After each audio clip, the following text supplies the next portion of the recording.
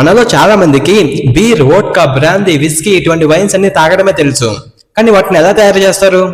ఈ వీడియో చూసాక ఖచ్చితంగా తెలుస్తుంది.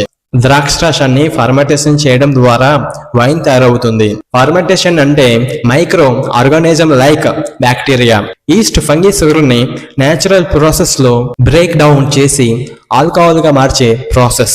గోధుమలను ఫర్మెంటేషన్ చేయడం ద్వారా బియర్ తయారవుతుంది. Potatoes or corn seed starch తో వోడ్కా తయారవుతుంది. షుగర్ క్యాన్ జ్యూస్ ని ఫర్మెంటేషన్ చేసి ఆ తర్వాత డిస్టిలేషన్ చేసి రమ్ తయారు చేస్తారు.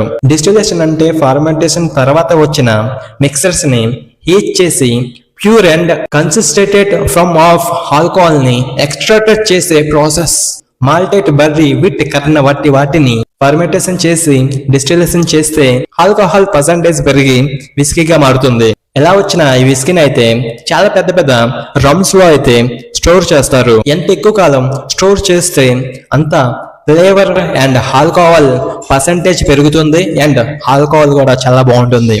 ఇది ఎస్పెషల్లీ మన ముందు బాబుల కోసం. జునిఫర్, చెర్రీస్ అండ్ బొటానికల్స్ తో జూన్ తయారు చేస్తారు. యాపిల్స్, పియల్స్ అండ్ చెర్రీస్ తో బ్రాందీ తయారు చేస్తారు. అండ్ ఈ వీడియోని ఎవరితో షేర్ చేయాలో మీకు బాగా తెలుసు.